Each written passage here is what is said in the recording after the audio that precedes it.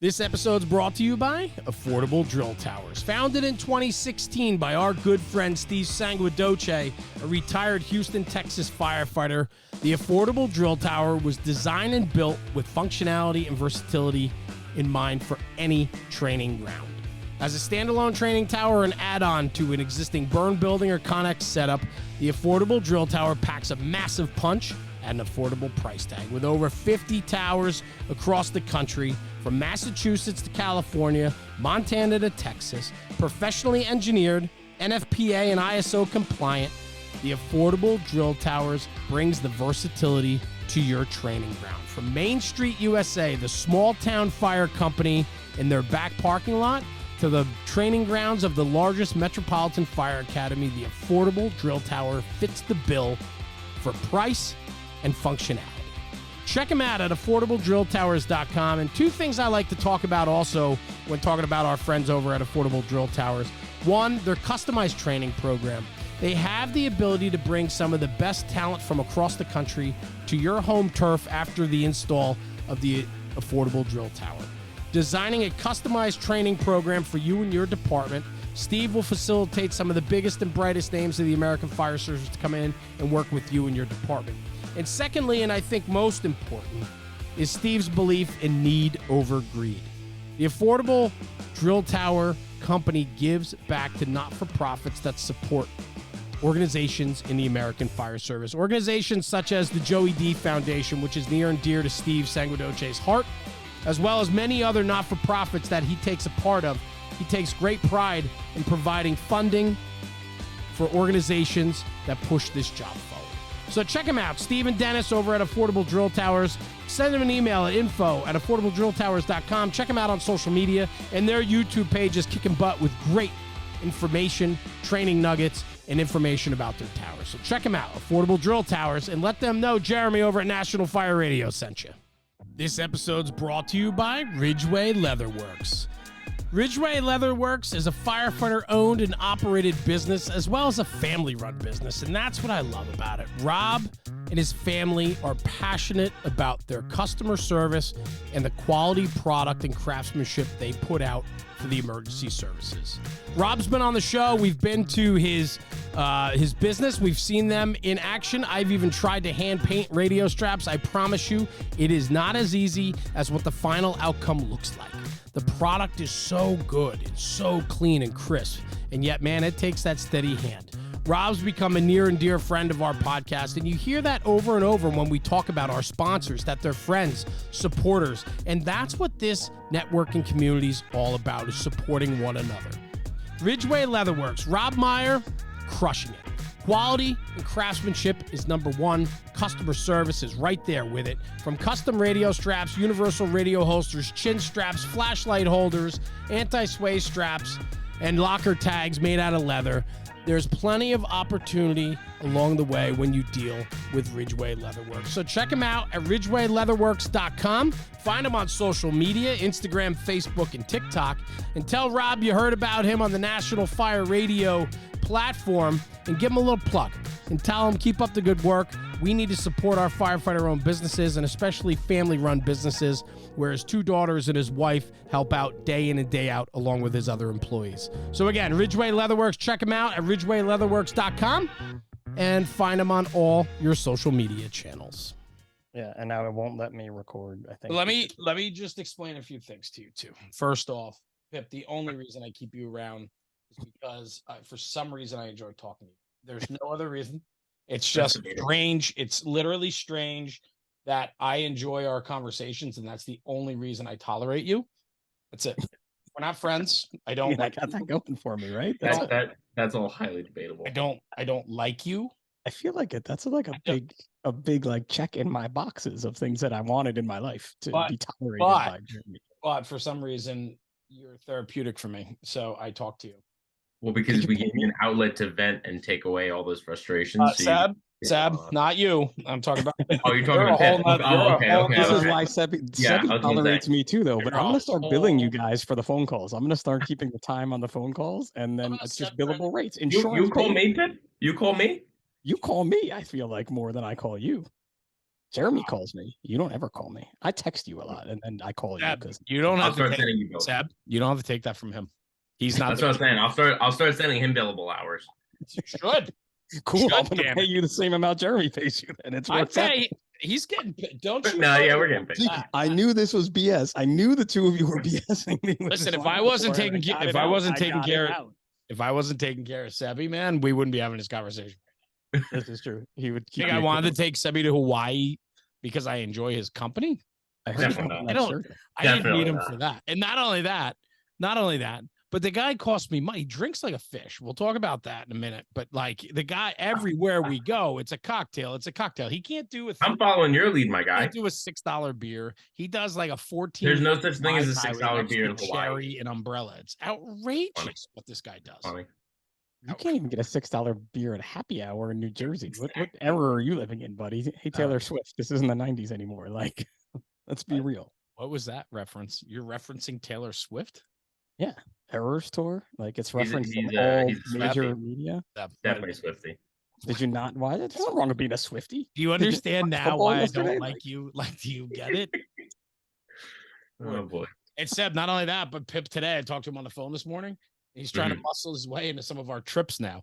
So he's like, I'm okay. I'm available to travel if you need me to go on any trips. And I'm like, no, these are National Fire Radio trips. These aren't the size. Exactly what his answer was. We don't need to go and like talk to people and tell them to do better in life. Like we don't need to do that. I have feelings, no one cares. No, you don't. You have zero. That's why I love you. Right. That's why we get along so well. You know. You're really not hurting my feelings at all. I know that because we're recording, like you're saying it. We are recording. We had this banter going 5 minutes before we even started, and you guys said we might as well record this so everybody sees the true side of Jeremy. We should really start the show, though. We should start the show. Well, we are. You feel better, Jeremy? Like, no, so let's break it down. I've had a shitty day. Today's Monday. It's the first day back from Hawaii.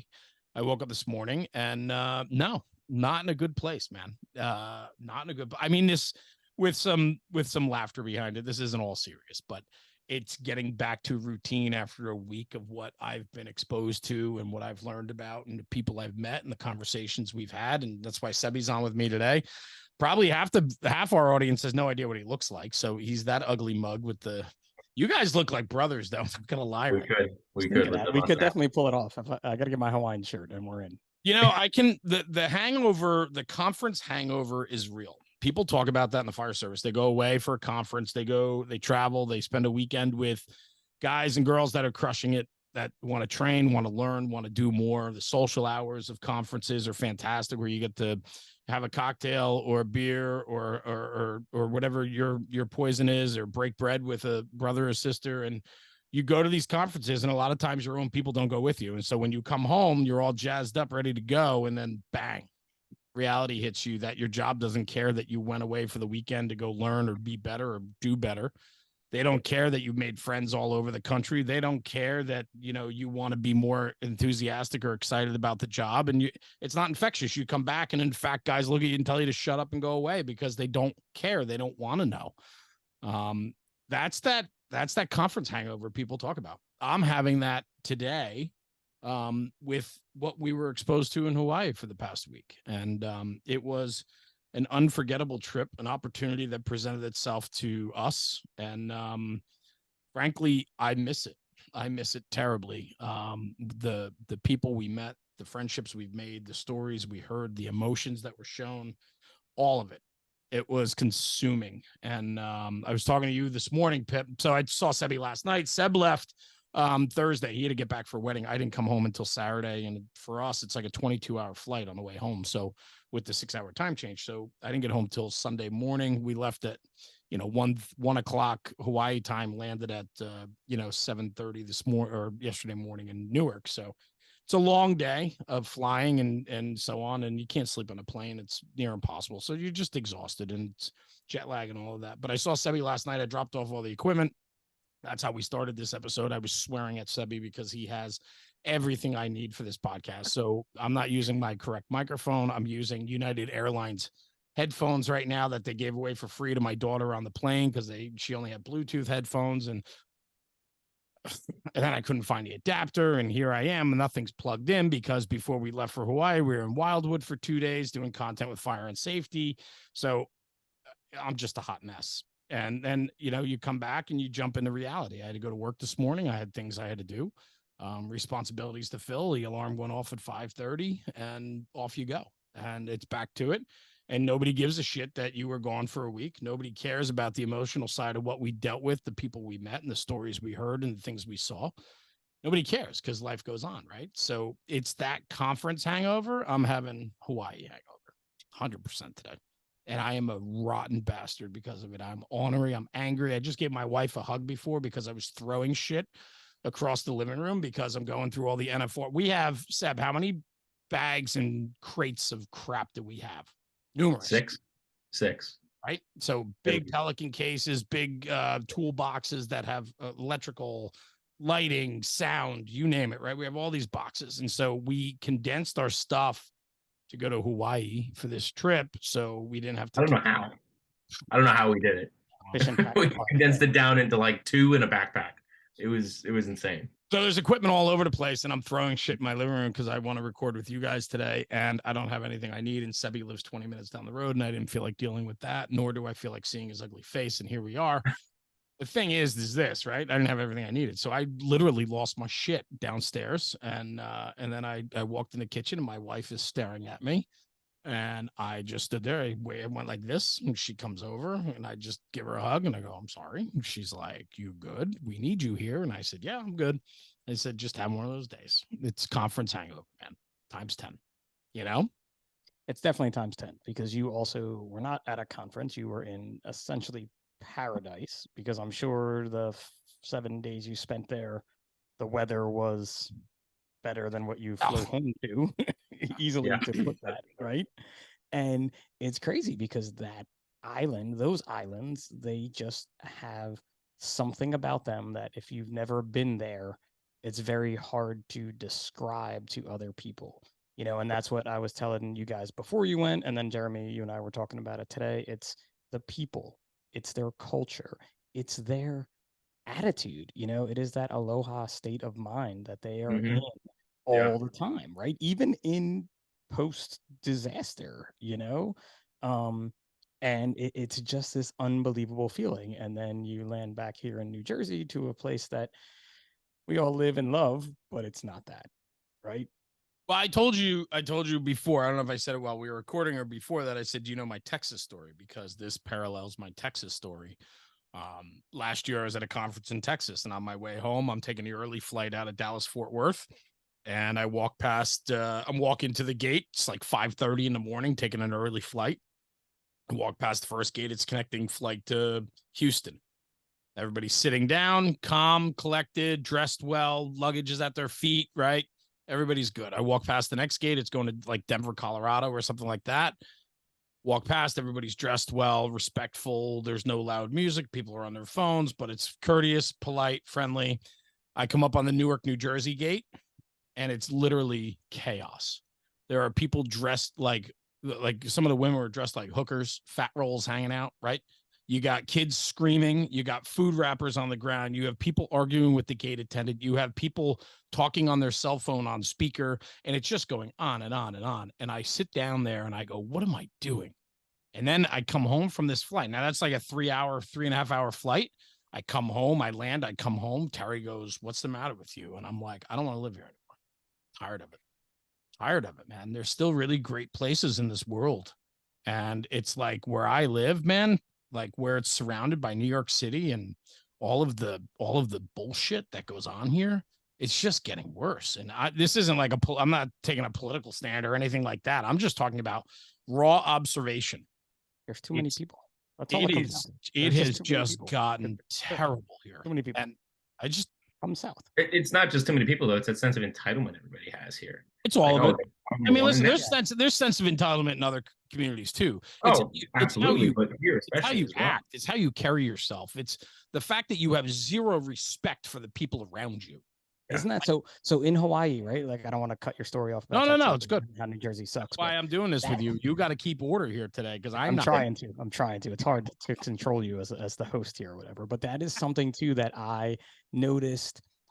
So I was on Oahu at one time for my honeymoon, and then we did a cruise, and then the second whatever. I've been to Hawaii a few times, but in Maui, that respect level for elders and that respect level for everyone, you know what I mean? And granted, there are definitely some trashy people there, and people that don't follow along with that script.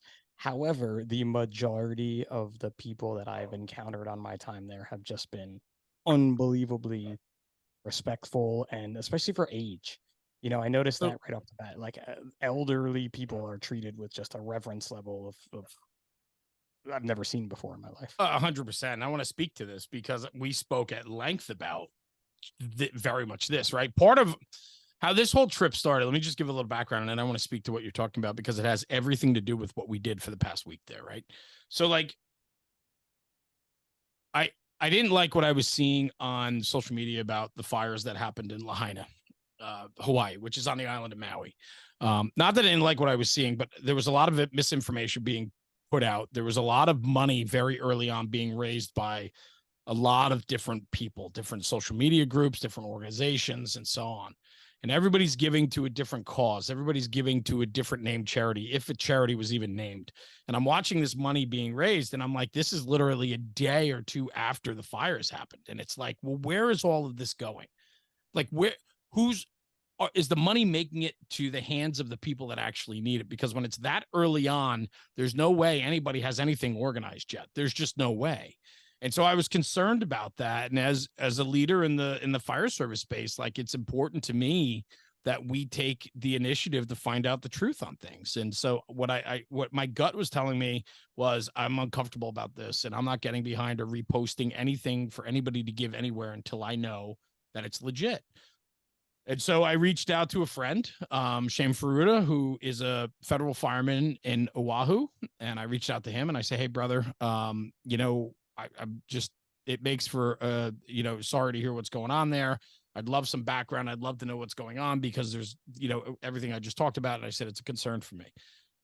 He was more than eager to put me in touch with Chief Amos, who is a retired battalion chief out of Maui, Hawaii, and is involved neck deep with everything going on there.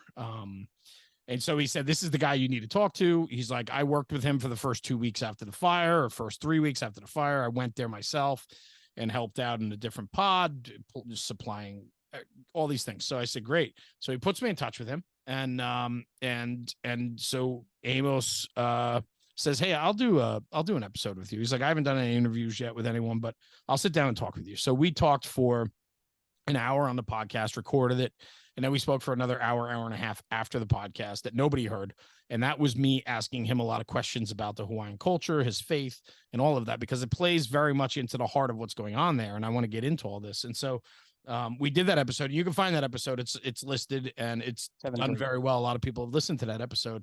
And so afterwards he says to me, I'd like you to come here. I'm inviting you to come to Maui.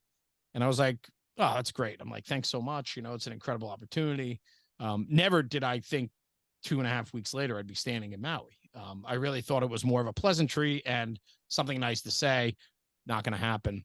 Literally the next day, Shane Furata calls me and says, hey, the chief wasn't kidding. He wants you to come. And in fact, he expects you to come. So this is what we need to do to make it happen. So we made some things happen. And next thing you know, I'm on a plane with Sebi, my wife, and my 2 kids, and we're going to Maui. And literally 2.5 weeks later, we're on the ground on the beautiful island of Maui.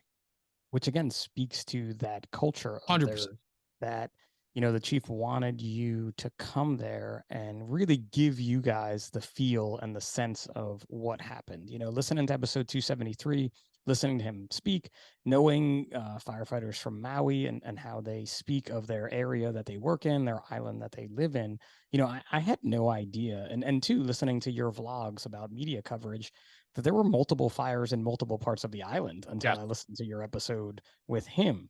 And, everything focused on historic Lahaina town, which the most of the town was lost, correct? You guys were on the ground there, absolutely. Which again was humongously large fire. And but one of the things that the chief said that everybody needs to really think about is, the Maui Fire Department, has trouble handling one major incident because there is no mutual aid. Limited resources, man. You're surrounded by water. What are you going to do? You only got next due is 40 minutes away. The next what is? Then your next due is 40 minutes away. Yeah, from a boat or a helicopter or no. Your next in general island. In some of the places. Yeah. And we're going to dive into all this stuff because this is stuff that I want to talk about. This is going to be a great episode because there's so much here. Too, that's all part of it. So let's just get into it then, because I listened to 273. I highly suggest, if you're listening to this now, go back and listen to episode 273. To kind of get the sense of the Chief's feelings and what he did. And, when you guys went there, the first thing that you did on a Sunday was you went to church with them, correct? We did. It was important to me, right? So we were kind of, when I tell you we pulled this thing together in 2 weeks, I mean, we literally pulled it together in 2 weeks. And we didn't know. I grabbed Sebi. Sebi put life on hold. I put life on hold. I felt it was important for me. If I could get my wife and children there with me, I wanted them there. Because one, I wanted them to be exposed to this. Two, I wanted my kids. My kids are very smart. They're 15 and 16-year-old girls, my two youngest. And I thought it was an incredible one. Hey, it's Hawaii, right? If I can get my family to Hawaii, I will. Two, I wanted them to get an appreciation for what I had come to learn about the culture there, the people, and the experience. And in the face of tragedy, you have beautiful things happening there. And that's all part of this story. And so that is why, coming off of this and now having a day and a half to really think about this as I play everything over in my head, I think the biggest part was Chief Amos wanted us there because he wanted us to figure it out for ourselves so that we can share the story. It's one thing to be told. It's one thing to be educated over a Zoom or a phone call about the way things are, what's occurring there. It's another to go see it firsthand and talk with the people that are directly involved. And what I can tell you is this.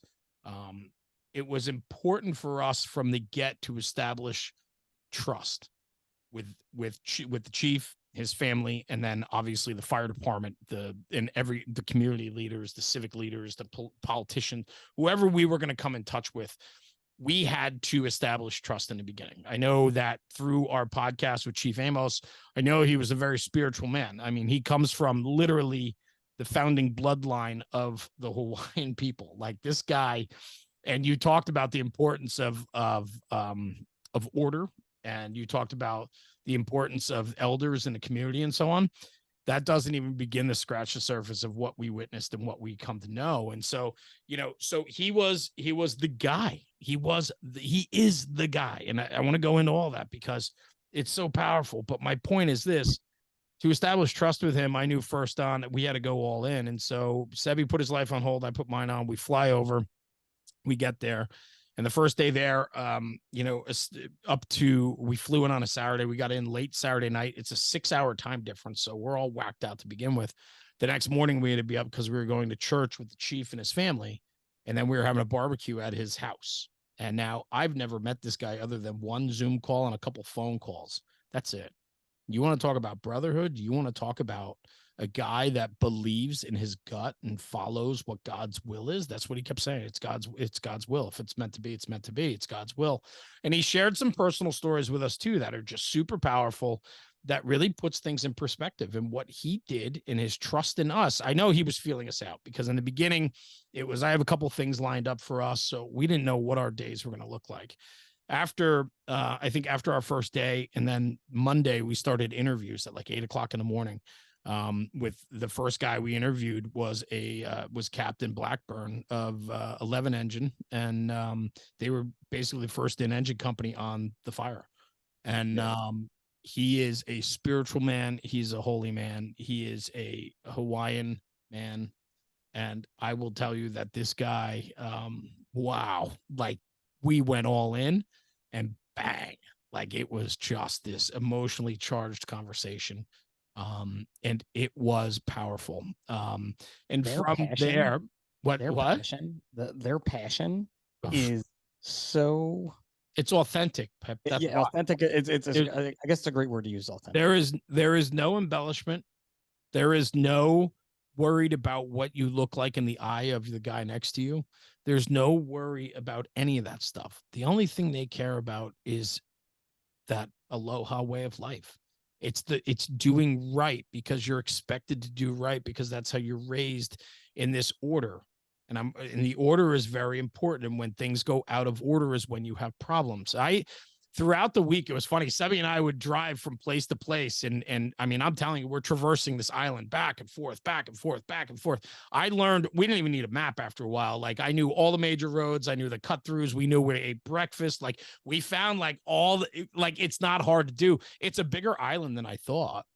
Yeah, and in conversation, a lot of people were like, oh God, like the fire consumed the island. And I'm like, no, the fire was a sliver, just a small sliver of the island. The island's quite large. I mean, a lot of it's uninhabitable because it's volcano and steep mountains and things. But where the fire was, it was Lahaina Town and 3 other locations throughout the island. But the Lahaina Town fire obviously was the largest and most deadly and destructive. So that's the one that's getting all the attention. But there were other fires in the upcountry and some other places that they were dealing with the same day. And so that spread their resources thin. But the point of this is we got to know the island very well, traversing it back and forth. And as time went on after the first day and the feedback was super good, all of a sudden Amos is like, I got more interviews. I got this guy lined up. We're going here. We're doing this. We're going to the college. I mean, we spoke with a doctorate of Hawaiian studies, this beautiful woman who talked to us for an hour and a half just about the Hawaiian culture. So we understood that part of the story. And as we went, the firefighting was a small piece of the content that we captured. A lot of it was about the people, the coming together, the sense of community, and the things that happened in the wake of the fire and what's happening as they move forward. But the firefighting aspect of it was a super small piece of the content. Because there's so much more to it, right? That's why the chief wanted to invite you there, wanted to invite you guys there to get this other part of the story. Because again, you know, and I watched your vlogs and even before you went, you and I talked, and the major media outlets, right? They get 60 seconds to tell a story. And what are they going to tell in that story? They're going to tell the part of the story that everybody wants to see. Yeah, it's clickbait. It's clickbait. Exactly. And that leaves out so much more of it that you guys were going to be able to share, and which to me, it sounds like you were able to get in there. But for Amos, he had to trust you to open that part of his island up to you, right? And that's kind of another big welcoming thing that I know from my time spent there. Once that trust is gained, I mean, you're in now. You know what I mean? Like, and you have to live up to your end of the bargain. There was this sense that as we were feeling each other out and trying to figure out what this was all going to look like, more and more people we would be exposed to or interviewed with or conversed with. Once we mentioned that he either vouched for us or we said that we were with him, anything we wanted. This man has the respect of the island. Yeah, it's incredible. And I'm not like, this is not a small, like it's small, but it's not small by any means. I mean, this is a major, it's an island, but it's got plenty of towns and commerce, and they have every big box you want, and they have this isn't, I had no idea what to expect. And in fact, it was totally different than what I envisioned. Right. And I did no homework going there. Like, what does it look like? I figured it was this lush tropical rainforest, beautiful environment, palm trees everywhere, free flowing water, like all this stuff. So far from that. We stayed, the island basically has like a head and a body, and Lahaina is on the leeward side of the head. And it's a small, little and very old town that was really the touristy old town of the island that everybody would go to, shops, restaurants, Front Street, like all this stuff. Now, Sebby and I didn't have a chance to try any of that because it's gone. Like, it's all gone, right? And so, but this is what we were told, and this is what we've seen. We saw pictures, videos, all that stuff. So it was just this beautiful, quaint downtown. The one thing I want to talk about though is, well, it was more than that too. It was a huge about something. It was a huge cultural hub. Like, they lost part of their constitution that was there. There was a huge historical aspect to it. So it was more than just that, and that's why it left such a deep wound for everybody that was there. It was more than just a section of commerce. It was their cultural capital in a way. It was their for know-how. It was them. Yeah. Yeah, exactly. Which And again, I had no idea that had occurred. Like those are the things that I can't wait to see as the story. The other big part of this too is how I'm explaining it to people. I've explained it a couple times today to people, and I'm kind of like trying to rationalize a lot of what we saw and learned and trying to break it down to put it in perspective, because it's even like I was showing somebody some pictures today and I'm like, don't even look at the pictures. It does not even do justice like what this place is. And I'm not talking about fire photos. I'm talking about just the island itself, and so on. But the island is the way the island is one side is super wet rainforest and the other side is very barren and dry. And so it's a stark contrast between where you are on the island is what the environment's like. They have like every climate there. They have every type of, there was a section of road that we drove through without Sebi, because Sebi had left at the time. He left the day before, and he missed the best part of the trip. I hate rubbing that in, but he did. So we just have to go back to do it again. But we did this road to Hana, it's called, and Hana's all the way on the far side of the island on the body, and it's this very remote. The only way you can get there are these super tight 1-lane, 1.5-lane roads that wind up the mountains through the rainforest and then whatever. And then everybody says you turn around there and you go back. But you can take the road all the way around if you want. It's a longer trip, and rental cars are not allowed on that road. What do you think I did? I was like, I got to go see this, right? So we drove the whole damn thing. It was like 4.5 hours to go around the one side of the island. It was the most incredible experience. I mean, we're driving. We had a rented Tahoe. We had a brand new Tahoe Z71, like beautiful truck.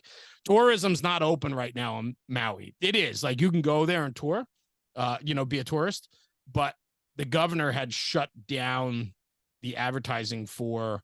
That was going to be one of my questions. To come to Maui. So, I mean, obviously, after that happens, right? Where, listen, there was just a major disaster here. No one needs to be here.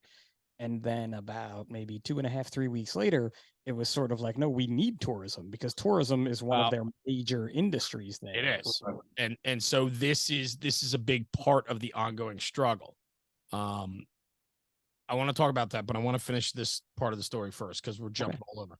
So we go on this ride. Just write that down there, host, that we're going to come back in his host way.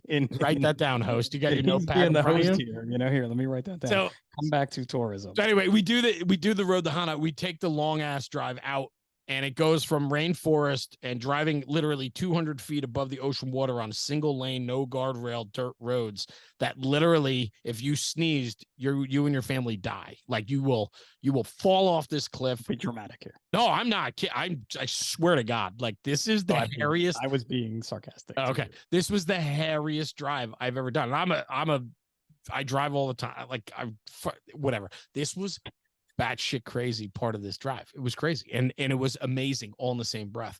But then all of a sudden you come over, and then you're in the desert. And when I tell you the desert, it looks like the desert. It's completely dry. It's brown, and there's wild goats. There's thousands and thousands and thousands of goats eating the grass, and it's insane. You go from rainforest to desert, back to rainforest, back to civilization in a matter of hours. And it's the craziest thing.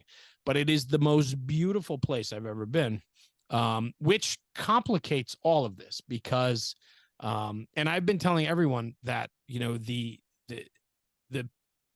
island is beautiful. The people are even more so. And that was the experience for us. And so we traversed the whole island back and forth doing interviews. We probably did 20 interviews or more throughout the 4 days that we were on the road doing interviews. We traveled 4 days doing interviews. Sebi went home, and then I enjoyed a day or two with my family before we flew home, just as a little downtime, because trust me, we needed it. I don't know how Seb's doing it. Seb didn't get any downtime. He had to come home for a wedding, and he went to a wedding, and then he's going back to work. Like 19, he can handle it. Emotional, bro. It was a heavy. I immediately got sick. It was a heavy week, and something else too about the people there that you kind of said, but didn't say. It's that they're so genuine. Everything they say is with a genuine purpose and passion about whatever topic you're talking about. You know what I mean? Whether it's firefighting, whether it's polo. I don't know if you got to meet any polo players. Polo is very big on that island, and it just happened to be something that the community I was with was very big in, and it was unreal. I was fortunate to meet a Brazilian jiu-jitsu master when I was there. Just everything is so passionate and genuine in the way that it's almost infectious, I guess is a good way to put it, right? Where you're just like, this is unbelievable. Yeah, I mean, 100%. I mean, these interviews had to have done that for you. And that's what goes to this whole experience, right? The fires were devastating, and we can get into the details of it all if we want to. But like I said, the fires are such a small part of the story. To understand what happened there and what they're dealing with now started long before the fires. And through the conversations and interviews that we did, we talked to a retired firefighter, or two of them. One was a chief, one was a captain. They both talk about prevention, and this fire could have been prevented. And they talked and they presented several different things that they talked about, that when the sugarcane plantations were there on that side of the island, the properties were well maintained and kept and irrigated. And so they never had this dry, barren land like they do today. There was, they talked about fire buffers. They talked about fire breaks. They talked about livestock, like the goats and cows, they keep the grass down. If the grass is short, doesn't pose a fire danger. Right? Like all these things. And they were saying that these were things that were pointed out. They had a 2018 fire that Chief Amos was in charge of in Lahaina town as well. That was pretty devastating for itself at the time. And they lost a lot of property and acreage from another fire that was fed by hurricane force winds and so on. And a lot of what came out of that said, we need to do better. This will happen again, and it will happen on a much larger scale. And that's unfortunately what happened on August 8th. Was they had 80 to 100 mile an hour wind gusts on top of a sustained wind, just under that. And they had a vegetation fire earlier in the day in the dry grass that was large in size. It was contained by lunchtime. They were able to contain it. Companies started downsizing. Now, at the same time, though, they were having fires light off in other parts of the island. When you have an island fire department, bro, like, there's only so many resources. And where they are in Lahaina town, they have an engine, they have a truck, they have a water tender, brush truck, right? Then the next station 10 minutes down the road has a brush truck and an engine. But then the next thing, companies can be upwards of 30, 40 minutes away. So the conversation we had with some of the young guys, when we were talking with some of the young guys that were at this fire, we talked about operationally, they got to punch it in the teeth, and they need to be able to do everything. Their engine companies do everything there. And they can go literally in 1 day's time in their first due. Any of these companies can go from a water rescue to a cliff rescue to a mountain rescue to a structural fire to vegetation fire and everything in between. Yeah, they definitely do it all there because they have to. Because there is no. Yeah. I mean, who are you going to call? What are you going to do? You have to mitigate the problem. You don't have a choice. Going to the next town or the next town and the next town and get this resource and this resource and these guys have this specific. They don't have. Yeah, well, we were gone. There was a house explosion in northern New Jersey, and they called the UASI teams, and they did a full USAR. I think they launched a whole USAR team for it. It was a occupied single family home that exploded. They had like 5 or 6 people trapped. They had to tunnel in, bore, shore the building up. Like, there's resources. There's endless resources to call where we live. But when you're on an island and a house explodes, like, if your rescue company that has if they even have structural collapse gear, like extra struts, extra airbags, like all the extra shoring, right? I mean, that might be over an hour away.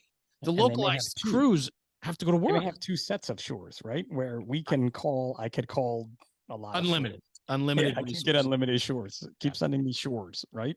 So there's this sense about what they do there, and I think one of the things that was really eye-opening is when we went down the road of all of this, and we were interviewing and talking with people. A lot of it came down to the pride they have within their own culture and their community. Lahaina town, we were talking about it before, and I want to circle back to finish this conversation. Sebi mentioned, and I'm glad he brought it up because it slipped my mind at the time, but it was a cultural and heritage hub of the Hawaiian people. And it had tons of artifacts and museums dedicated to that, and there is irreplaceable things that were lost during that fire that they could never get back.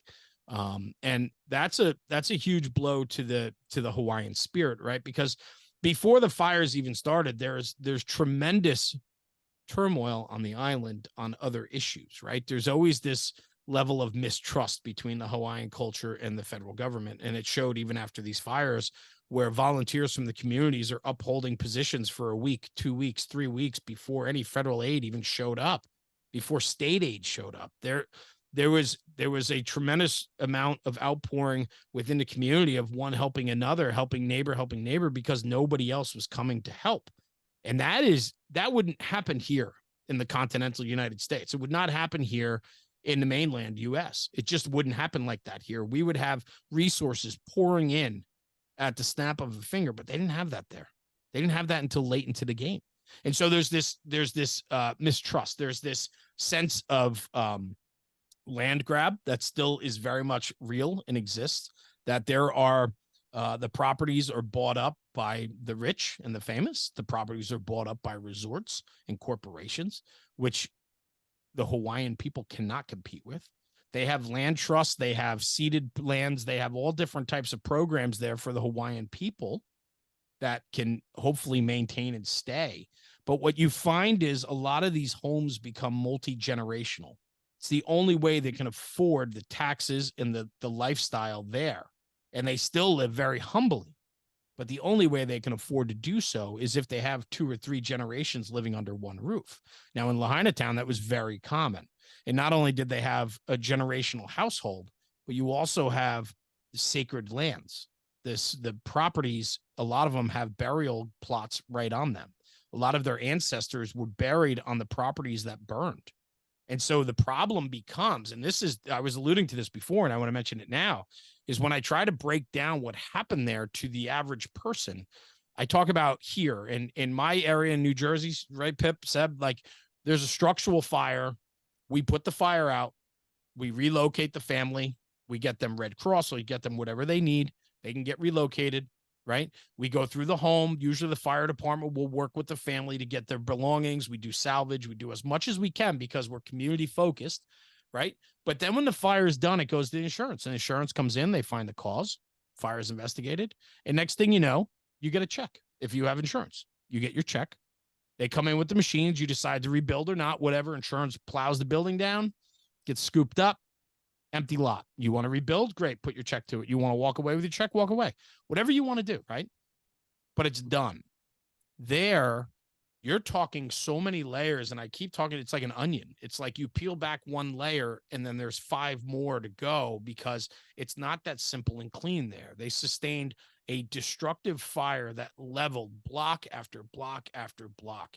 Each home that's there, a lot of them are generational homes. A lot of them were the only thing these people had. Their spirituality matters to them more so than anything. Their heritage matters more so than anything. Their culture matters. They're very protective of that, and they're protective of their lands. And so you can't just go in and clear cut these things. The delays, right? People hear about the delays in the news, and the Hawaiians, and again, there's mistrust here. So a lot of what's being told, when Sebi and I talk to locals, right? Seb, how different was the story from the locals versus the other people we talked to that are directly involved? There was a lot of mistrust. There even, you want to talk about all the conspiracy theories that were out there that the mainstream media was putting out, and you talk to the locals and they believed a lot of it, and there was a lot of mistrust with the local governments. But then you talk to those that were directly involved, and they debunk every single aspect of it at the drop of a hat. But the problem is there's not enough of that information getting out there, and there's too much of that overwhelming bullshit that keeps getting out there. It's easy to believe the narrative when you're being told that's what the narrative is, and when you're looking for conflict, when you don't trust your state government or you don't trust the federal government, when they tell you, I mean, look at Biden and Trump. Like, what camp are you in, and what do you believe? They're both full of shit. It's just, what do you believe, right? And what fits your narrative as a person. So if you have this level of mistrust, or you've been mistreated before, And now all of a sudden you're removed from your neighborhood and you can't get back in right away, right? They're pointing fingers and they're saying like, they're stealing our land. They're doing this. They're doing that. Now, there's going to be a sense that Lahaina Town will never be what it was, unfortunately. It just can't be. It won't be, right? And there's going to be a lot of families that don't go back. There's going to be a lot of families that can't go back. They can't afford it or whatever the circumstances, right? It's going to be very different. This episode's brought to you by Taylor's Tins.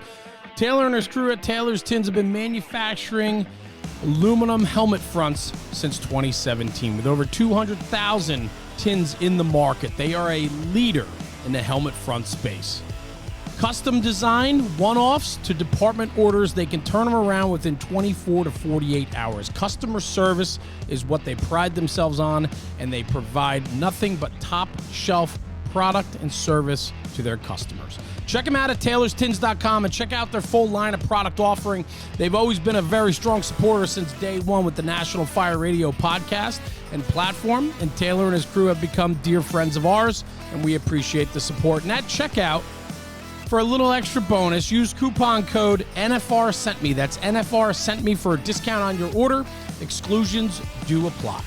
Anyway, check out taylorstins.com for the latest and greatest offerings from Taylor and his crew. And in the words of Taylor, stop burning up leather. This episode's brought to you by the Affordable Standpipe Prop. Let's break it down real quick. Steve and the crew at Affordable Drill Towers is doing it again. They've created this fully custom and fabricated standpipe prop to support the fire service. I'm telling you right now, this is a game-changing piece of training equipment. And I want to hop into it real quick. It is designed with a 4-inch manifold of high-strength galvanized Schedule 10 pipe. The cart and manifold are powder-coated red for a durable finish, meaning it's not just a talking piece. It's not something you tuck away on the shelf. This is a training prop that can be wheeled into the classroom and then brought out onto the training ground. And so let's talk about that. In the classroom, there's nothing better than having a hands-on prop in front of the students, in front of the fire companies that are there to learn about standpipe and FDC connections. Having that prop in the classroom allows for a great instructional lecture. And then from there, take the standpipe theory and translate it to the training grounds. You could wheel the cart out that's on casters, you wheel it out into the parking lot, and that same training prop that you just used hands-on in the classroom can now be used hands-on on the training ground by pumping into it and flowing out of it. It offers such versatility in its approach. It has a 2.5-inch Siamese connection, 7 2.5-inch outlets, 6 of which are standpipe valves, has a water motor gong, sprinkler head with a control valve, and a system pressure gauge. You can also upgrade and put 3 of the most common field-adjustable PRVs. I'm telling you right now, this is a game-changing training prop that needs to be in every fire company or training department across the country. Reach out to Steve and the crew, info@affordabledrilltowers.com. Ask for a demo, ask for information, or check them out on social media and YouTube. There's plenty of content out there that shows you exactly what the affordable standpipe prop can do for you. But a lot of the stories that were being told in the mainstream media were not. It was clickbait, and it's not factual. The issue is this. We spoke with guys directly involved in the cleanup right now. They can't even get in. They can't even get in to remove debris until all the hazards are removed. Now, this is, again, it's not one house. It's not a city block. You're talking a city. This is large scale, building next to building. I mean, they didn't even have an exposure problem. The next building was the like there weren't even alleyways between half these buildings. And half these buildings, the construction was performed, time and time again as more generations were living there. So there was probably not much of a building code when a lot of these, renovations were being made and so on. So there's a lot at play here, but they have to clean up the hazards. They have to clean up just the lithium battery cleanup alone of what's happening there. They still have batteries that can go off or have gone off. They have vehicles, propane tank. Like, there are a tremendous amount of hazards, and you're talking about a city, a small city. So the cleanup is not quick, but they can't just let people go in and rummage through. The other thing I want to talk about too, Pip, and then not only that, but the cultural and spiritual side. We talked with cultural and spiritual leaders that are very much involved in protecting the Hawaiian interest of these towns. And I was talking about remains and past generations that live on the property or that were buried on the property and so on. These are spiritual grounds. They have to have spiritual ceremonies to release the spirits that are trapped there. Like, whether you're an outsider and don't believe in any of this or not, it doesn't matter. It's the people that live there have this way of life. It's how they were raised. It's what their heritage and culture is. And so they have to perform these certain rituals and ceremonies to release the dead spirits that are there, the people that were trapped by the fires, the people that died in the fires, their spirits are trapped there, and they believe that. And so there has to be a cultural sensitivity that is given to all the agencies that came in. And we met with a few people that were responsible for that. And these people would sit down with FEMA, EPA, all these ATF, like name all the alphabet soup agencies.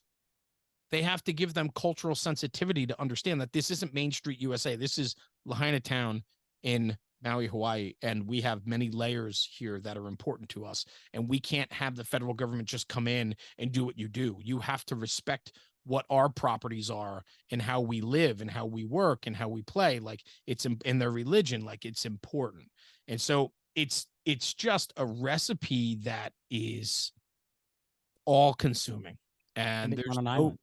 You know, What? like we said before, and it's on an island. It Yeah. is hard to get the equipment. You know, just yeah. think when we have an issue like this on the mainland, you know, you see just the other day there was going to be, I don't know, you guys were away. Ophelia hit up in Maine. Yeah. I'm driving on the turnpike and I'm getting passed by I saw him. I was coming home from trucks New Hampshire. I tree saw trucks from Trenton or Trenton, I Texas. saw New York City Task Force 1 just cruising up the highway, and it was like 57 trucks and vans long. Like, Yeah, we those things, you can't get them there without a way. It's not you're not driving there. It's an island. Let's just all face it. And then these other layers that you're talking about that they have to get through. And of course, it's a super, super complex situation. yeah, that's the easiest way to put it. Super complex. We could end it at that because it is really, and it's not going to get easier. And peeling those layers apart, you just uncover something else, and then something else, and then something else. And so, I don't know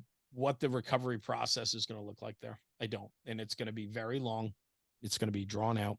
It's going to. You have to hope that their spirit, that spirit that you and Sebi are describing, more you than Sebi, because he said like 7 words here. We're going to get him to talk here in a second, I think. But that spirit and those people and their passion for their culture, their passion for their island, will be able to see this through. I just think it's going to take way longer than anybody is going to have patience for, and that level of patience, everybody's patience runs out, right, Jeremy? It has to, though. That's the important thing. You know, for what is right and what's best for the people of Maui and the people and the residents of Lahaina, is it has to be done right. It can't just be this, we're going to run in, bulldoze everything, and rebuild from the ground up. It's just not going to work that way. It's going to be too, and that was another thing that the chief had said to us. You know, it's disrespectful in so many ways, you know, to desecrate the grounds that were there. There's so much more there, and there's a culture there that runs, like Jeremy's been saying, so deep that it needs to be this slow, arduous, and meticulous process. Because if it's not done the right way, then you're not doing what's right by the people of Lahaina. You're not doing what's right by the people of Maui. The other thing too, Pip, and you brought it up before, you mentioned tourism. Now, obviously, tourism is a massive part of their income there. The problem is that has created a real rift within their own community. A lot of people don't want tourism to come back. They want to be left alone. They want their island back, and I don't blame them. And I'll tell you why. And we had to be educated on this too.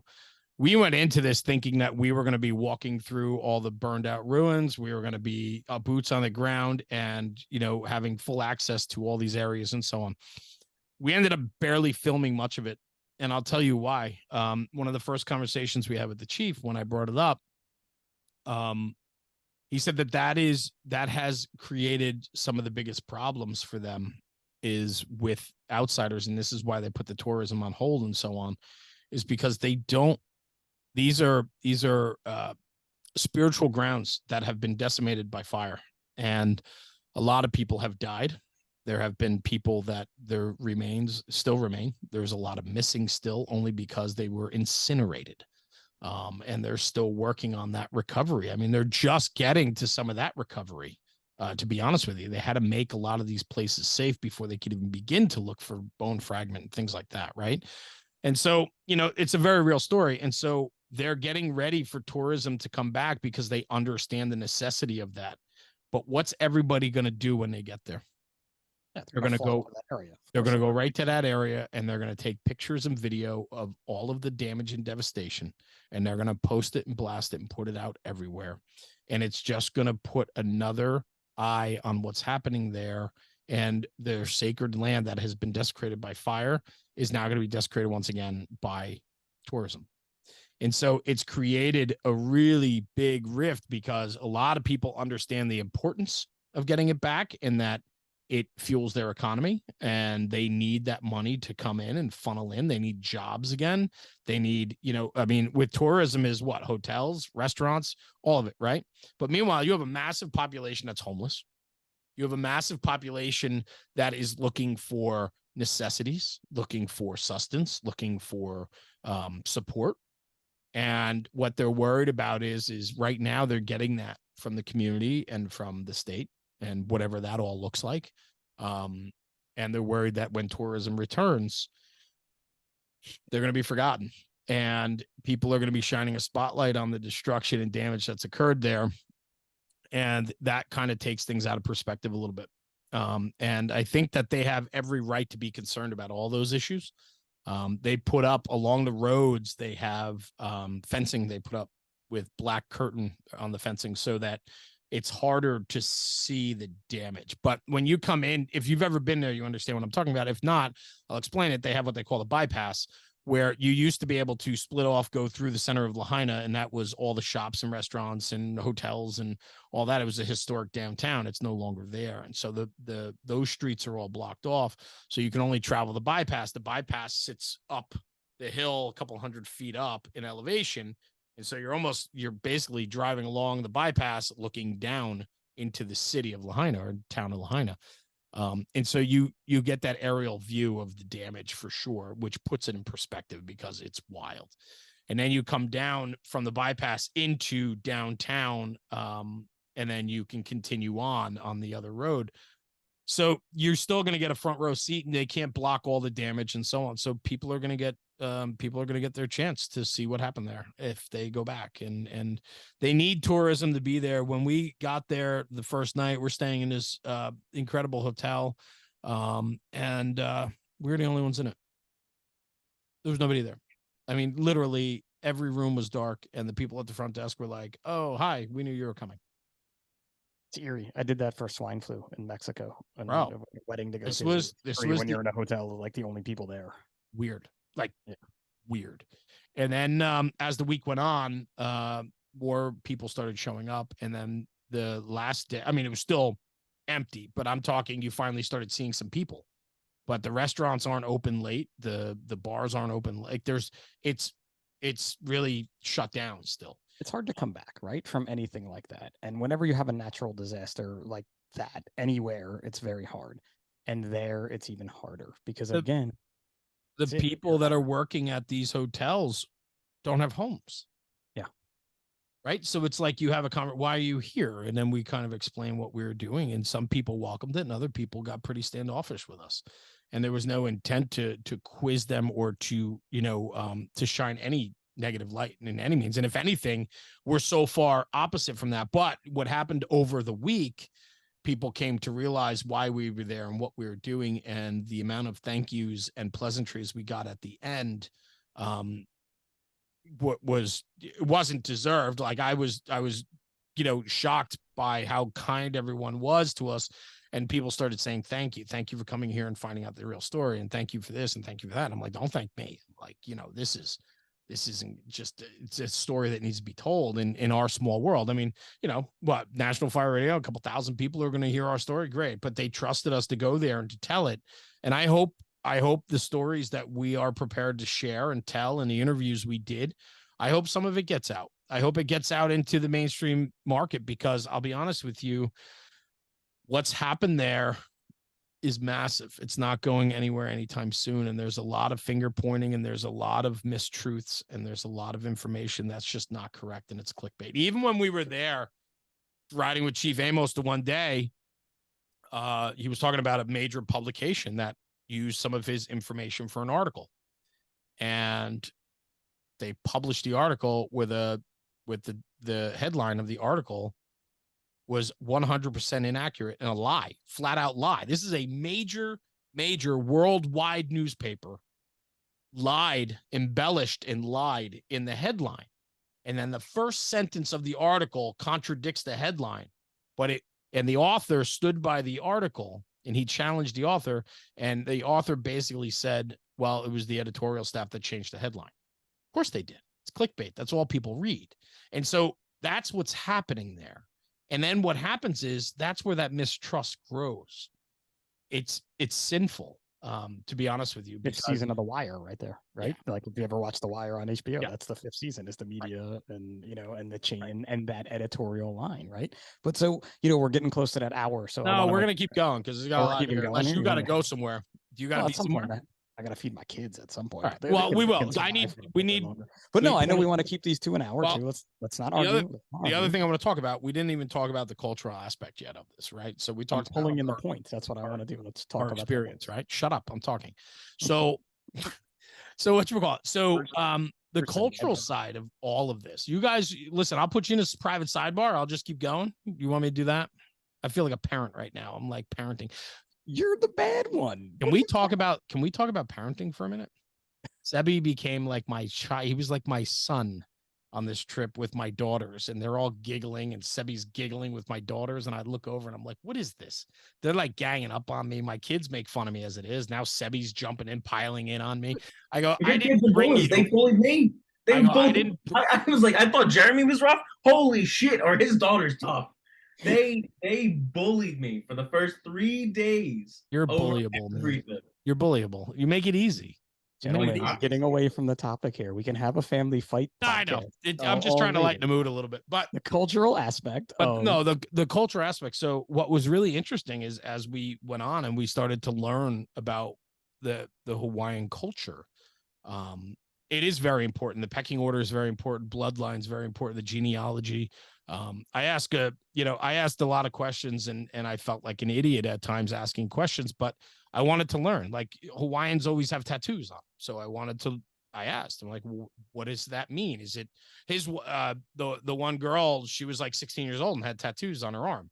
And I was like that doesn't fly in like mainstream culture. So I'm like, can you educate me? I'd love to understand like what this means, what it looks like. What does your faith look like? What does church look like? Do you believe in Jesus? Do you not believe? Do you believe in God? Do you believe so we had all these incredible conversations. And there's two things. There's religion, which is you believe in God, you can believe in Jesus Christ if that's the religion you believe in. Whatever your religion is, there's different religions on the island, right? Catholicism, Christian Reform, Mormon, like you name it, right? So your religion doesn't have to do with your cultural upbringing. The culture and your belief in the Hawaiian culture parallel your spirituality of like Christianity, if you will, right? Sure. So there's a difference though there. They're not one and the same. There is a difference. And I think at times they intertwine all the time. And I was getting confused at some points. So I just need more clarification on certain things. But, it's this belief, though, that God is important, and God is important in most people's lives there. What is super important is their heritage, their upbringing in the Hawaiian culture, what's expected of you. There's this belief that there is a place for everyone. And they have this, and I'm not going to start saying Hawaiian words because I'll butcher them. By all means, Sebi had a couple of them down. He's a lot smarter than me. But there's this belief in Hawaii that the first day you're a guest, today you're a guest, tomorrow you're family. But what that means, it sounds eloquent and it sounds beautiful. But what that means is today you're my guest. I'll give you anything you need. Tomorrow, if you want to be a part of us, you have to earn it. You have to do your part. And so I talked about order before. Chief Amos did an incredible job explaining that to me. And he talked about the Hawaiian culture and how that relates to the fire. Like I ran parallels the whole time we were there between the Hawaiian culture and heritage and the fire service. There are so many parallels that like literally it's the same thing, man. If you follow through on what we talk about in the fire service between brotherhood and service and betterment and positioning and respect and authority, if you followed through on that, that is the Hawaiian culture. That's the Hawaiian heritage. And so what was really cool about that is he was talking about order, and life can be that simple if you allow it to be that simple. When things are in order, things work. When things go out of order, things don't work. And he broke that down in an incredible way. And part of that has to do with that mantra that you're family. And when you become family, you have your position within that family, which then gives you your ranking, which gives you your respect, which gives you your position, which gives you, enables you to do what you're supposed to do for the family. And you stay in your position, and you stay and you do your job, and your job is expected. And what's beautiful about that is, you know, your position, you know, your place. They talk a lot about, in a couple of the episodes, you're going to hear a lot about order and place. And when you know what your place is, you then have to perform to the duties of that place, but it's expected of you. So I'll never ask you to do anything that's already expected of you, because you're going to do it anyway, because that's the culture we have.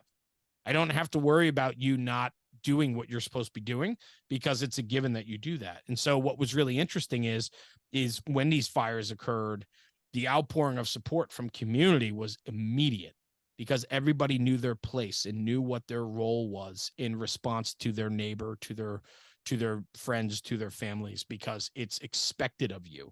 It wasn't like, hey, I'm doing a good deed, come check me out. It was, we all dive in and do our part right away, because we know that people are in need. Our people are in need, and I know my position, and I know what I'm supposed to do. If my job is to go to the airport and unload a plane that's bringing in supplies, and I have to do that for the next 30 days, that's what I do. Right? There's no whining, there's no complaining, there's no carrying on about it. It's you know your place, and you go to your place and you do your job, and it's expected. So the chief was breaking all that down for us. And when they started putting out together these pods, point of distribution, right? A pod. And they're talking about, they set up at this strip mall here, and they did this, and all these supplies were coming in from boat and by plane, and the stuff just magically was showing up before they even put any organized effort into it. People from other islands were already knowing their order, knowing their place, and sending supplies and taking initiative to build and help build out this delivery process to support their neighbors that just lost everything. And literally within the immediate, shit was showing up that, like, it just, everything fell into place. And the chief talked about at the pod, when more help was showing up, firefighters from other islands started showing up and just volunteering their time and all this stuff. He said, everybody, I would look at somebody, I would tell them this is what I need done, and it was expected that it was going to get done. I moved on. He goes, that's how we do it here. The problem is like, it sounds eloquent, and that's how they do it. That is how they do it. Here, we like to think that's the way it's supposed to be done. We got too many individuals here. We don't have people that focus on community. We don't have people focusing on the mission. We have people focusing on themselves. And that's the big difference between what's happening here and what happens there. And that is why today I have my conference hangover, and I'm probably going to have it for the next week or two. I am a pissed off individual. I'm in a bad mood, man. I blew my horn like 3 times today at different people. Conference hangover. This is community hangover. It is. Because you saw that community, and you're like, why can't we have that community? Why? And again, it's not perfect there. Let's not kid anyone in any way, shape, or form. No, but there is that order, and there is that order, and there is that difference between the way the mainland lives and the way that island functions and lives, for sure. Yeah. And there's just something eloquent about it. And it works. And it just, I don't know. There's so much more to all this, and I could go on and on for hours and hours about it. But I think that's what those interviews that are going to come out once we start rolling them out, you know what I mean? Like, that's going to be something that people will start to hopefully understand and hopefully adopt into their own life. I know for me, my time spent there post tragic event changed me for the rest of my life, and I'm sure that's the way you two feel. And Sebi, go ahead and share that with us, your overall feelings after the trip, because you've been mostly quiet because Jeremy talks a lot. Well, no, just to kind of piggyback off what Jeremy was saying there about, their community and everything, and how everybody kind of fits into the bigger picture is because they understand what the bigger picture is. And I feel like that's what we're missing so much of here is, living in that New York City, shadow. We forget what the bigger picture is. And I feel like we've forgotten about it for a long time. And they obviously haven't, they're living and breathing it every day from the top to the bottom. That's why they are the way that they are, and for me, that was what was most eye-opening. And to bring it back to myself, my father being an immigrant from Italy, my grandfather fleeing the Russian occupation during the Cold War in Eastern Europe. They understood that there was a bigger picture there, for my grandfather understanding this is the life that I need to do for my future kids, for my father at a young age and his father, the same thing. It's like this sense of community, it goes so much deeper than what's on the surface, and I think that's wildly important. And I think that's something that, to what Jeremy was saying before, the whole world can benefit from. It's goes beyond just the selfishness all the time of what we see here. It's that sense of community, and we could tie that into so many aspects with the dwindling numbers of the volunteer fire service, everything else. But it was so eye-opening, and I count my blessings every single day that, we were able to go on this trip and really experience it. Have you been to anywhere that has experienced like such devastation, like a wildland fire like that, like one of the places in California that has lost a whole community, or like No, post? not to this level. I've driven past it, but never to this degree of tragedy. Not even I mean, our community was hit, not to the same level during Superstorm Sandy. But that's what made me want to join the fire service, was seeing that devastation, and that was my light bulb. Like, I need to do something. I need to give back to my community, and that's when that's what made me find it. It's so, I had said to Jeremy too when you guys got there. I saw when I was in Redding, California, they've been hit with wildland fire year after year, and we were in some of the areas that had been devastated and haven't been built back yet.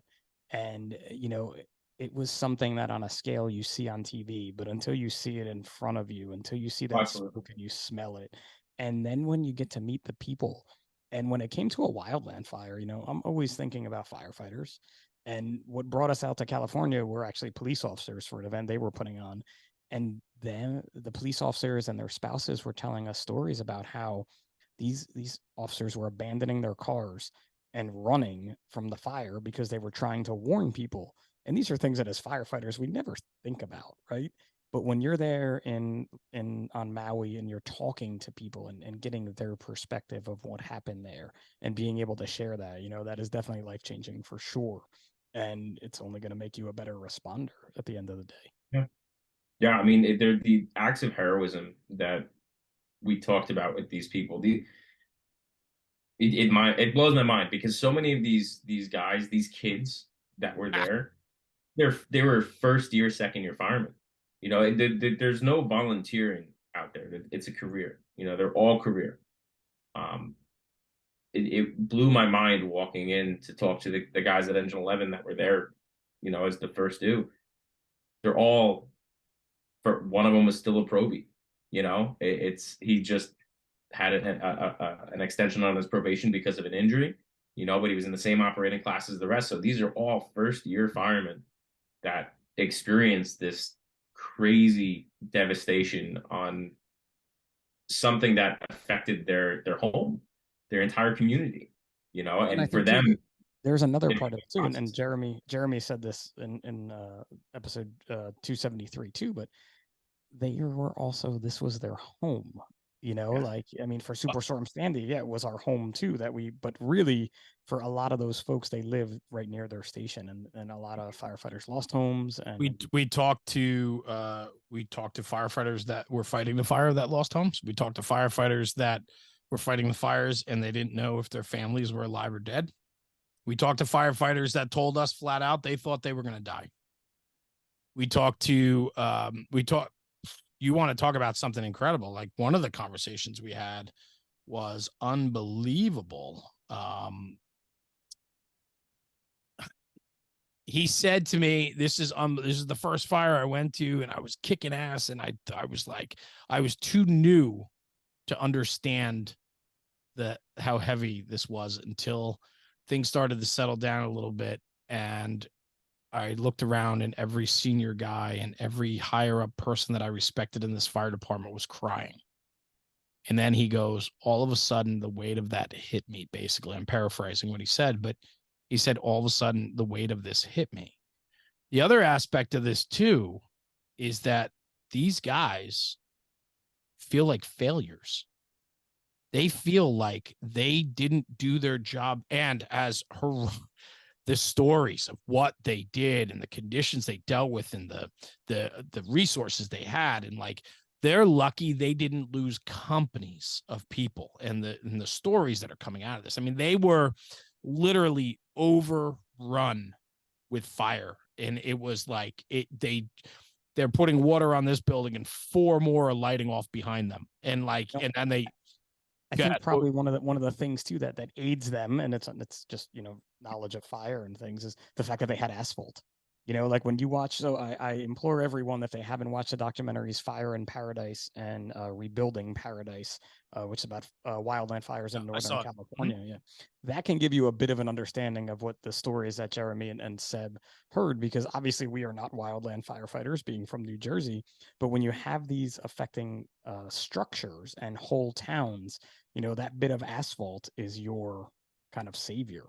You know, in a way, it doesn't protect you from the heat, but it protects you from the fire. Well, even then they ran out. Their last fire stop in the ocean. Here's the difference. That's what I mean. Yeah, they ran out of the asphalt. Here's the difference. Just in reality, this is a urbanized setting with brittle construction. Yeah. And the thing is, this is that brush and vegetation smoke. Yeah. Okay. When you have hundreds of homes burning in 80-mile-an-hour winds, everything's horizontal. They were in blacked out conditions. 4:00 in the afternoon looked like 4:00 in the morning. And they talked about the one engine company backed down into a cul-de-sac neighborhood, had their lines deployed, but they backed down with the thinking that they might have to exit fast. And thank God they did, because if they didn't, they would have been dead. And the chauffeur drove out, was standing up over the windshield, right? Standing up over the steering wheel, looking down, like we all have done, like during winter storms or whatever. But this is smoke, soot, ash, fire blowing at them horizontally. And all he can see is 2 inches of the yellow line off his front left bumper. And that's the only thing that got them out of there. Like, when you start hearing those stories, it puts things in perspective. You have building smoke and fire, you know, ordinary construction materials burning, right? The plastics, all the other shit burning. It's a definition of a conflagration that we all read about in the Fire One book that they talk to you about. And that's what it was, because you had those structures. What I remember, because I was in Lahaina town on my honeymoon, and I just remember being that tight, compact, kind of like a New Orleans-y looking downtown, you know, with like the main street, older buildings and things. And you know, you can see that just running. And so those stories are just as important to talk about and to get their perspective on it, because they were the ones that were there, you know, and to use education, again, those preventative things that you mentioned before, you know, getting them out there, because these things are happening in more and more places. You know, just our own rain events here are happening more and more than they've ever in the past. Yeah. And I just want to add on to that before we move on. But you know, for them feeling the way they feel in retrospect is, we had a very long conversation with these young kids. I mean, these are young guns, man. They have age in their department, but a lot of the kids we met, man, they're young guns. A couple of years in the department. It's like a lot of urban departments where it's a younger department these days. And these kids are going to have to go through the rest of their career driving through that one area, thinking about that fire every day they drive through there. And they're going to constantly relive, did they do what they could? Now, we talked to the first engine company and the first brush company that were there, the first brush truck that stretched the line on the fire. We talked to those guys. Like, if they carry this burden of guilt, but the problem is that they were so outgunned. There was nothing the largest fire department in the world, doesn't matter who you are. Those conditions that day were ripe The recipe was correct that day, and it lit off a firestorm that nobody was going to be able to stop. Nobody. It doesn't matter what resources you had. There was no way in the description of what they're saying and how that fire progressed so fast and rapidly. And you're talking about, not only do they feel like, man, I wish we could have done more, but their historic city that many lived in, their own homes, right? Like there's a sense, Pip, you and I talked about the 9/11 on our 9/11 episode, and we talked about feeling the guilt of not being able to help, right? Yeah.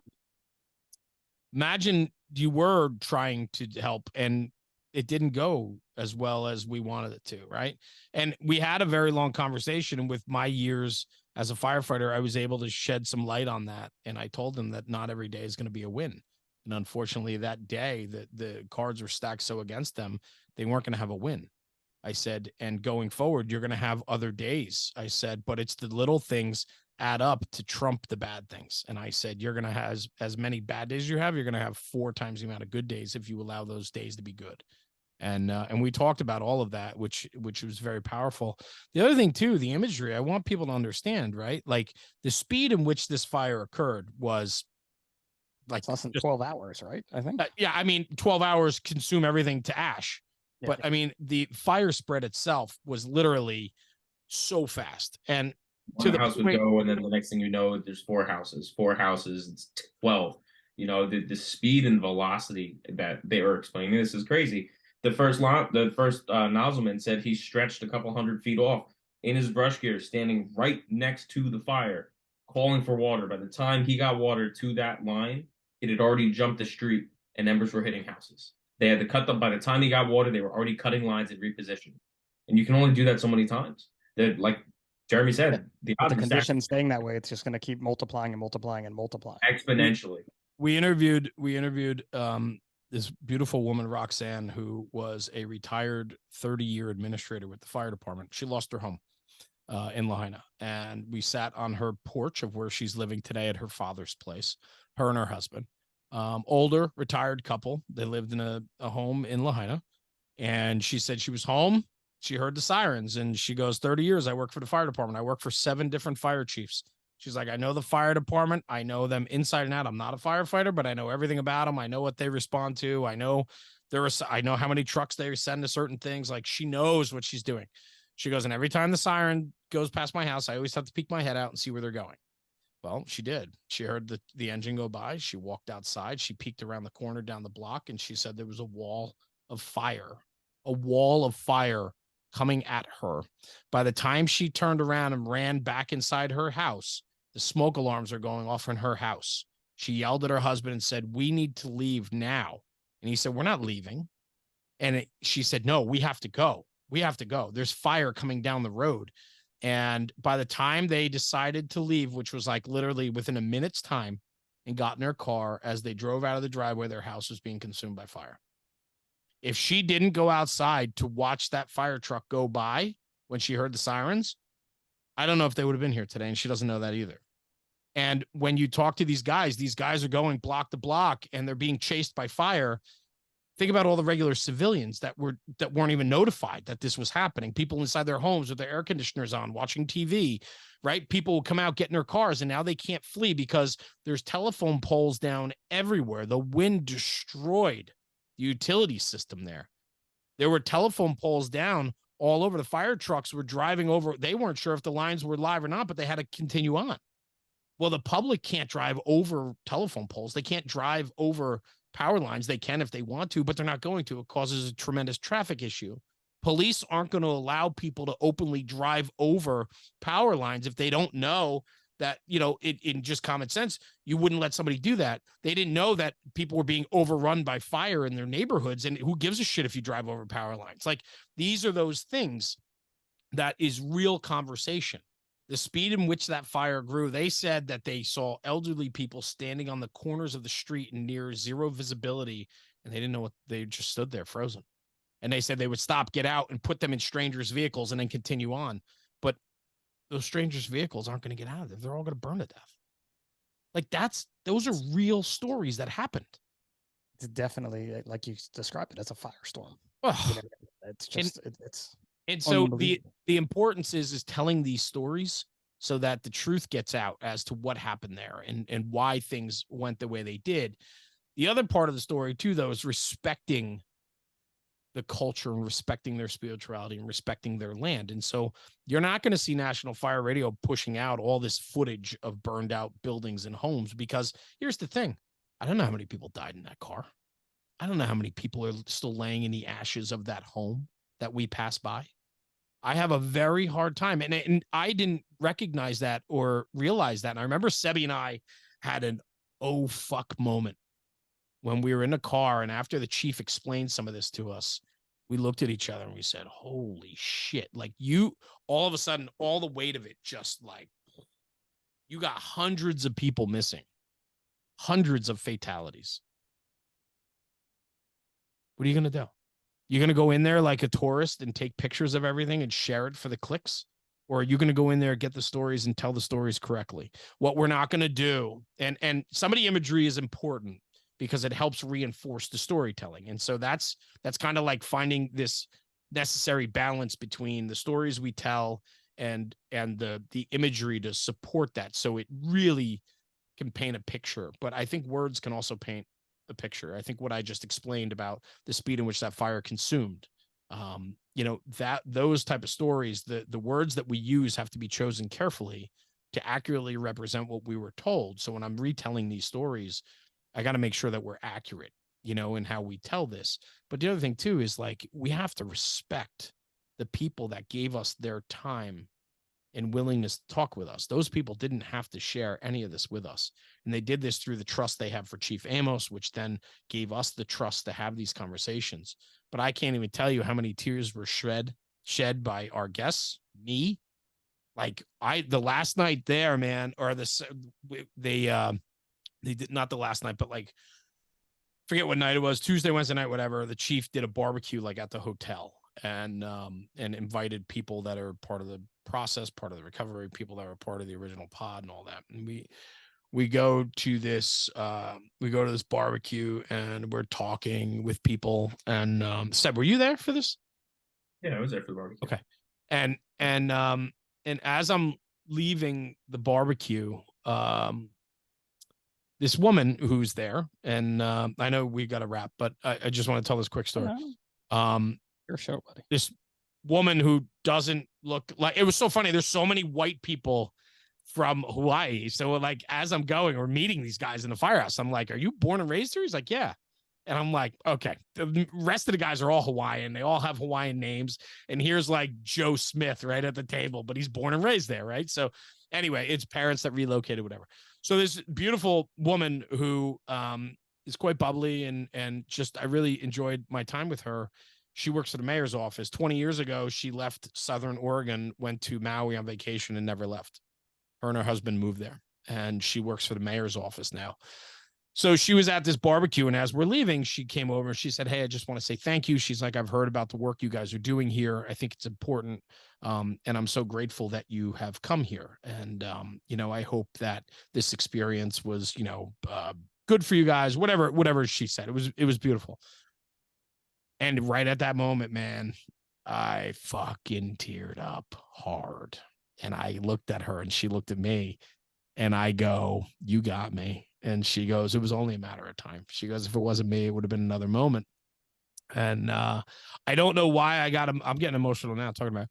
I don't know why I got emotional with her, because I'd never met her before. We didn't really have conversation right up until that moment.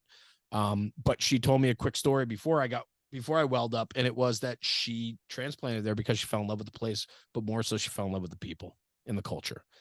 And I can absolutely sign on board with that. And I think that her and I shared a moment that night. I got pretty heavy hearted. My eyes welled up. She gave me a huge hug. She said, I know this is not going to be the last time we see you. She said, thank you for everything you do. And she said, we appreciate you and blah, blah, blah. And I just stood there, and then she gave me another hug, and I was just like, wow, it hit me. It hit me hard, man. Seb, I don't know if you had a moment or not. That was my moment for me. There was a lot of that for me. Yeah. I especially being behind the camera, I just get to listen to a lot of what is everything and kind of process it all. it started right off the bat for me, like with Captain Ikaika. Yeah.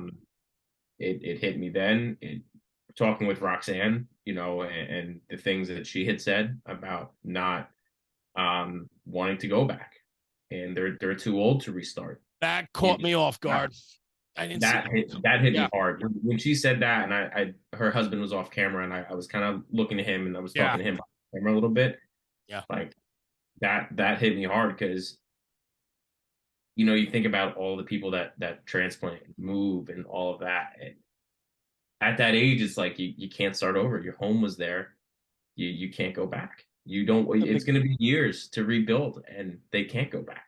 It's such a big part to massive disasters like this that no one thinks about. And again, in that documentary in Rebuilding Paradise, like so many people didn't go back.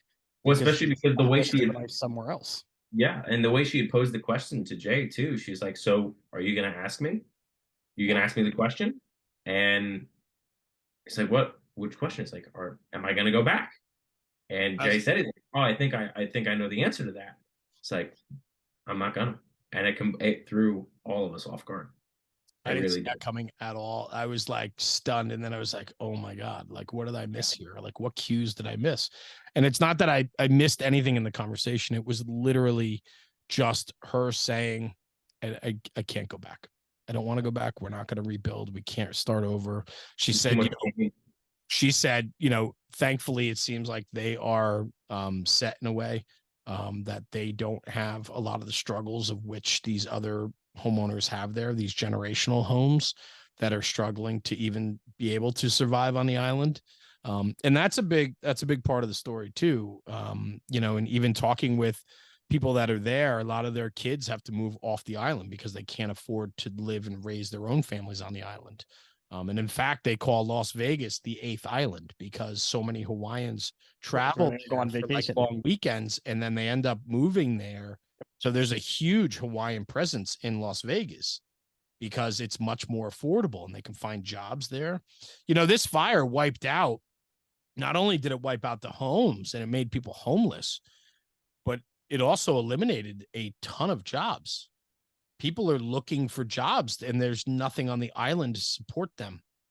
And so a lot of people are going to have to abandon the island because of this. So again, it's just one more bigger, like you said in the beginning, like onion to this story, right? Yeah, it's just layer after layer, for sure. So as we're getting, people are definitely not listening to us anymore. But so basically what I understand now is going to happen is that Sebi is going to get handcuffed to the editing chair, and we're going to start to get this stuff coming out on the National Fire Radio channels as soon as, I hope so. It's definitely it's gonna take some time. There's some things that need to be squared away first. Because again, what we want to do is make sure that this is going to be as authentic and truthful as possible. And to kind of piggyback to what Jeremy was saying a little earlier, if you want the clickbait bullshit, you can go to the mainstream media. You can go look at all their sensationalized headlines and their coverage of this. If you want the truth behind the people that were there on the front lines, to those that are directly leading the charge on the recovery efforts to this, here is where you're going to come for it, because this trip was always about the authenticity and the honesty and the truthfulness about what happened there. And that is our mission, and our goal for this is to be as authentic and to do what's right by the Hawaiian people, not the clickbait bullshit that's out there. We're storytellers, right? I mean, that's what National Fire Radio is with the podcast. We're storytellers, right? Whether we're capturing the stories of the senior man, guys or girls in the job, anywhere else. Our mission there was to capture some of the stories and to see firsthand what happened, and so that we could tell the story on our platform. And we have an absolute duty, an honorable and humble duty to share these stories because they were willing to give us their stories. And Jay, are you seeing this, for everybody listening to understand, like, are you seeing this as like a 30-minute episode, like one episode? So there's a lot of smaller episodes. There's a lot of different things at play here, right? So we have probably whatever you want to share too. We probably have 20 interviews that are an hour each or more. We have some shorter content too. I think what the each guest will be its own episode in entirety. I think then what we're going to do is some of the conversation is we're going to go through and break up different interviews that parallel conversations and then put together some compilation videos that talk about specific things from different points of view, but the same topic. We're looking at, highlight reel of, and highlight reel sounds so cheap, but like a promotional, like a trailer, like a trailer, like a promotional film about it. Because to be honest with you, if I had the opportunity to go back next week and work on this again, I would. Remember too, we National Fire Radio are not movie makers, right? We're not movie producers. This is something, we have a podcast and we tell stories. And now this amazing opportunity has been kind of dropped in your lap, is an easy way to put it. And we as a team, I guess, are going to work as hard as we can to make it come out right on the other side. What we have to do, there's one thing we have to do, and that's tell the truth, show what's happening there, and however we choose to do that has to represent very much the values of what's happening there, and the people that shared their stories with us and the people that they represent from the Hawaiian culture. And so I'm very guarded and protected on these processes because I don't want to go in there asking all these questions. Can you debunk this? Can you tell me about this? Can you tell me about, I didn't want to do it. I wanted to form my own opinions to see what's happening there and get the information firsthand, and then to tell it in a reliable way. The story is being told through the people we interview. They all have a different perspective. Some are firefighters, some are retired firefighters, some are cultural leaders, spiritual leaders, politicians. Like, they all have their story, but the one thing they all have is a connection to that community. And so it's coming through their eyes. And, frankly, like I said, the stories differ in some areas. And so that's good, right? Yeah. That's the authentic style of what we did. And we just have a duty to deliver it in a correct way that represents the very best of who they are and what they stand for. And I'm very protective of that. I don't know if this will go anywhere further. I don't know if listen, this might have been a project that Sebi and I needed to do for ourselves. And if we put the content out and people don't care, then they don't care, but I needed this trip.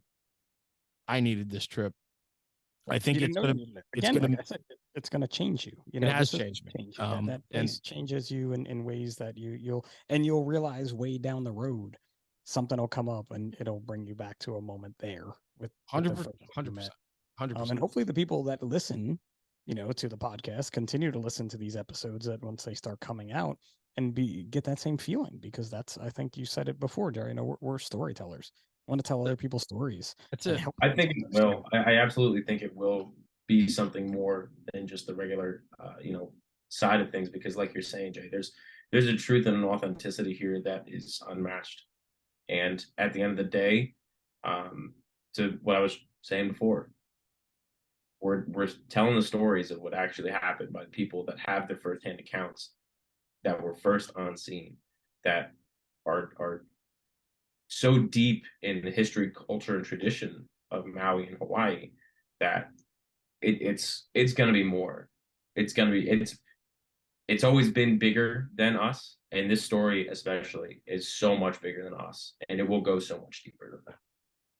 We have had unbelievable opportunities throughout the last 6 years of doing projects and going to fire departments, riding in different places, meeting different people, going to firefighter-owned businesses, working with the biggest manufacturers in the market. We do so much stuff.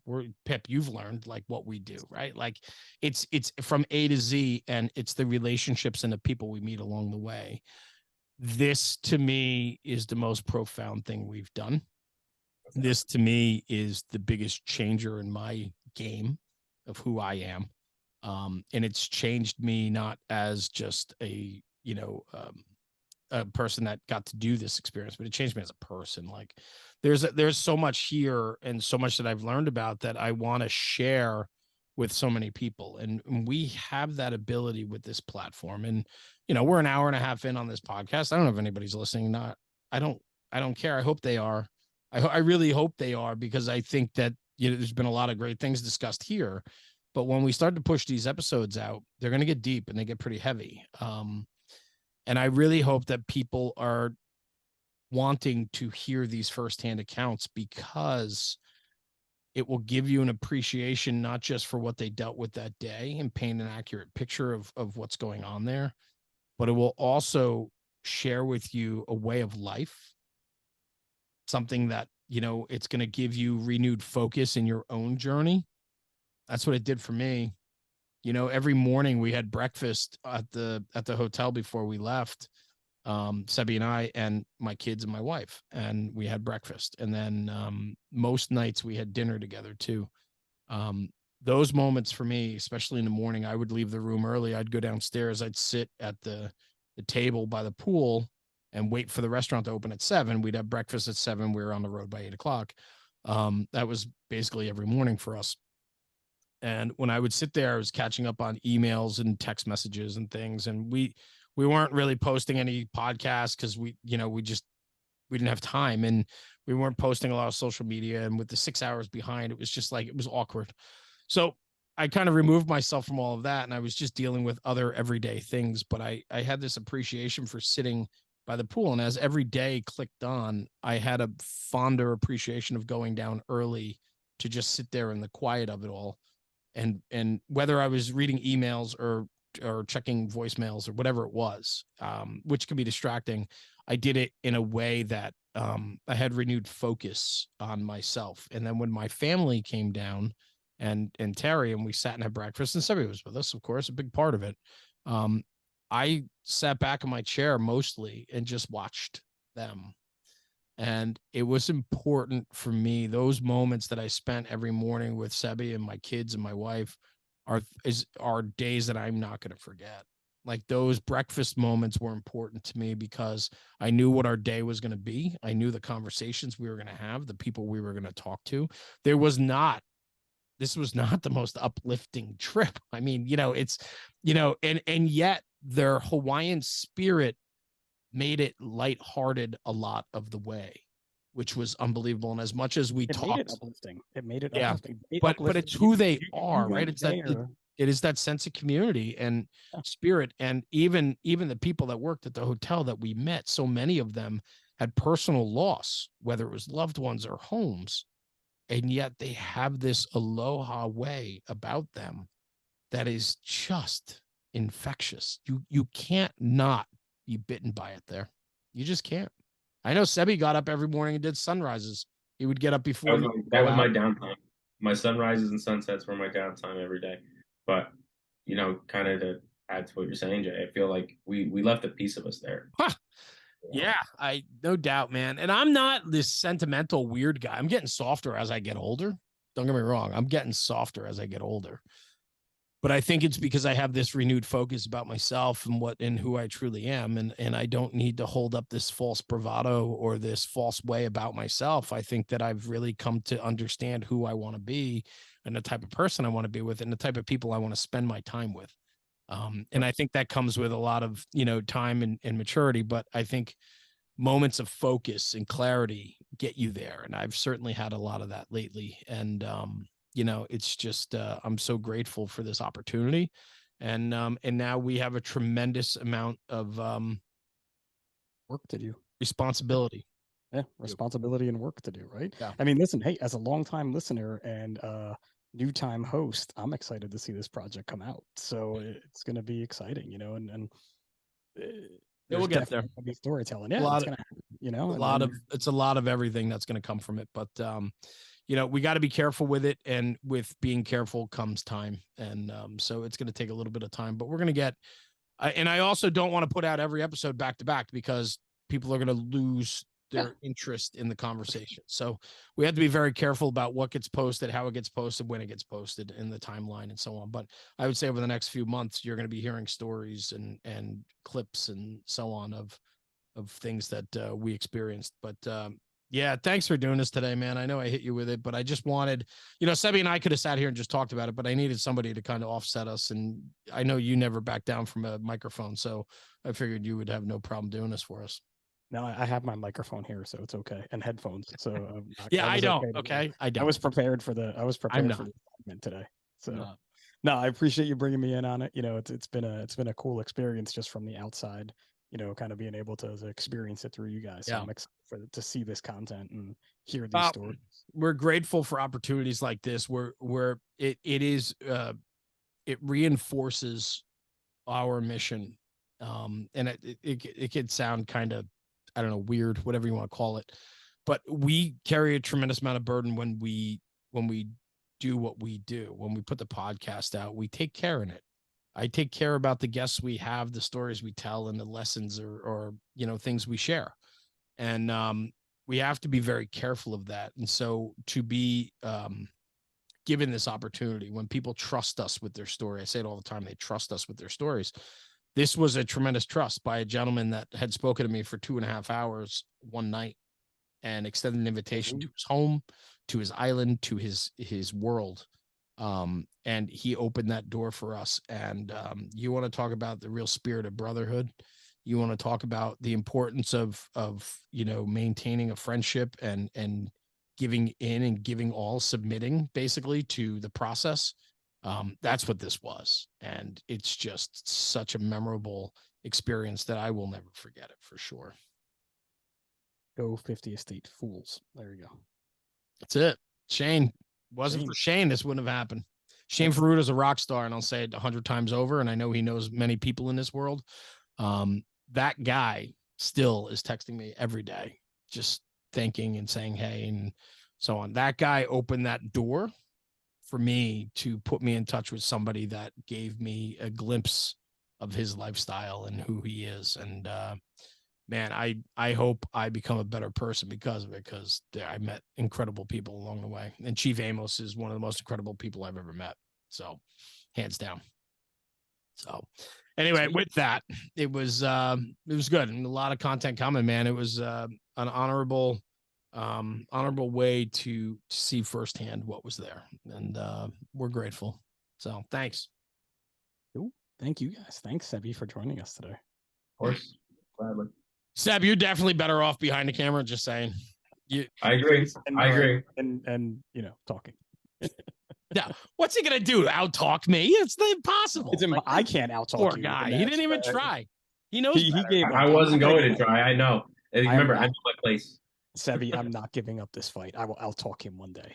You'll see. It'll happen. No, you won't. You're not smart enough. Why do you gotta cut me down? I'm already short enough, bro. I'm sorry. Well, and that was my joke before when you talked about. Oh man, I had such a great joke and I held back because we were being serious at the moment. Somehow I was talking about your people, and then we were talking about being short and jockey. Like I was picturing jockey. When I said polo, yeah, you were talking about polo. Polo players are not short, dude. Jockeys that ride horses in races are short. Well, whatever. They play polo. Oh, polo gets played on horses, do they not?